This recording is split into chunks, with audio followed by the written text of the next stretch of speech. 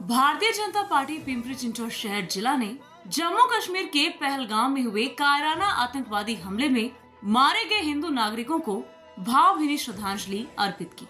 साथ ही इस हमले की कड़ी निंदा भी की गई। बुधवार सुबह इस घटना के विरोध में पिंपरी के मोरवाड़ी स्थित भाजपा कार्यालय परिसर में शोक सभा का आयोजन किया गया। इस बैठक में विधायक एवं भाजपा शहर अध्यक्ष शंकर जगताप ने हमले की कड़ी निंदा की। विधायक शंकर जगताप ने कहा कि पहलगाम में आतंकवादियों ने हमला किया। इस हमले में 27 नागरिक मारे गए, जिनमें पुणे के नागरिक भी शामिल थे।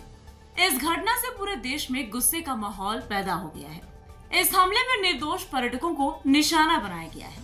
यह अत्यंत निंदनीय है कि आतंकवादियों ने हिंदू नागरिकों का नाम पूछकर उनकी हत्या कर दी। इस घटना से देश के नागरिकों में गुस्से की लहर फैल गई है। जगताप ने इस अवसर पर विश्वास व्यक्त करते हुए कहा कि केंद्र सरकार इस हमले के दोषियों के खिलाफ सख्त कार्रवाई करेगी और तदनुसार जवाब देगी। सर्वप्रथम काल जो पहलगाममध्ये बॅड हल्ला झाला आणि त्या बॅड हल्ल्यामध्ये जे काही आमचे हिंदू नागरिक बंधू भगिनी माता भगिनी मृत पावल्या त्यांना मी भावपूर्ण श्रद्धांजली अर्पण करतो आणि जे जखमी आमचे बंधू भगिनी आहेत ते लवकरात लवकर बरे व्हावे अशी ईश्वरचरणी प्रार्थना करतो।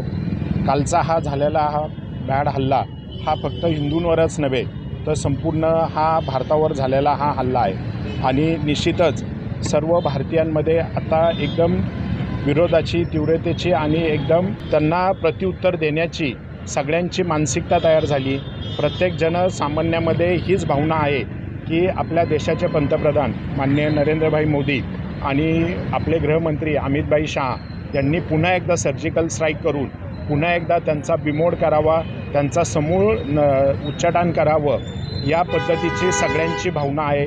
आज जर आपण पाहिलं तर काश्मीर खोऱ्यामध्ये पुन्हा एकदा नंदनवन फुलायला सुरुवात झाली होती। ज्या पद्धतीने मागील 10 वर्षामध्ये मोदी सरकारनं जी कामं केली, खेडोपाड्यात दऱ्याखोऱ्यांमध्ये जे रस्त्यांचं जाळं असेल, रेल्वेचं जाळं असेल किंवा उद्योगधंदे असतील, ही आर्थिक सुबद्धता तिथं येत असताना ती आर्थिक सुबद्धता पाकिस्तान्यांना त्यांना पावली नाही म्हणून त्यांनी हा भ्याड हल्ला केलेला आहे। तर निश्चितच आम्ही सगळे भारतीय कणखर आहोत आणि आम्ही हा असल्या भ्याड हल्ल्याला कधीही घाबरणार नाही। आम्ही सगळे भारतीय एकसंध आहोत। मग तिथे आमच्या हिंदूंवर असू द्या किंवा इतर समाजातील कुठल्याही समाजातील व्यक्तींवर जरी हल्ला झाला तर हा मानवतेवर झालेला हल्ला आहे आणि हा आम्ही भारतीय म्हणून कदापि सहन करणार नाही।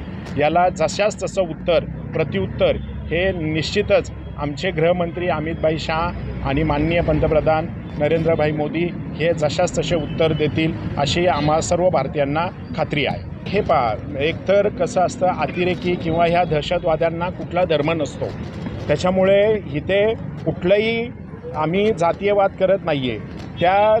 त्या दहशतवाद्यांनी धर्म विचारून गोळ्या मारल्या, हे खूप क्रूरपणे केलेलं आहे। एकतर त्यांनी ज्या पद्धतीने गोळ्या मारल्या, आज जर पाहिलं आमचे जवान एक होता IBचा इंटेलिजन्सचा ऑफिसर होता, एक नवदाम्पत्य लग्न होऊन गेलेलं होतं, एक आमची कर्नाटकची आमचे नागरिक होता, त्यांच्यासमोर त्यांच्या मिसेसच्या समोर त्या जेंट्सला मारलं। तर हे एकदम क्रूरता आहे आणि या क्रूरतेला कुठलाही धर्म नाही आहे आणि हा मानवतेला काळिमा फासणारा आहे।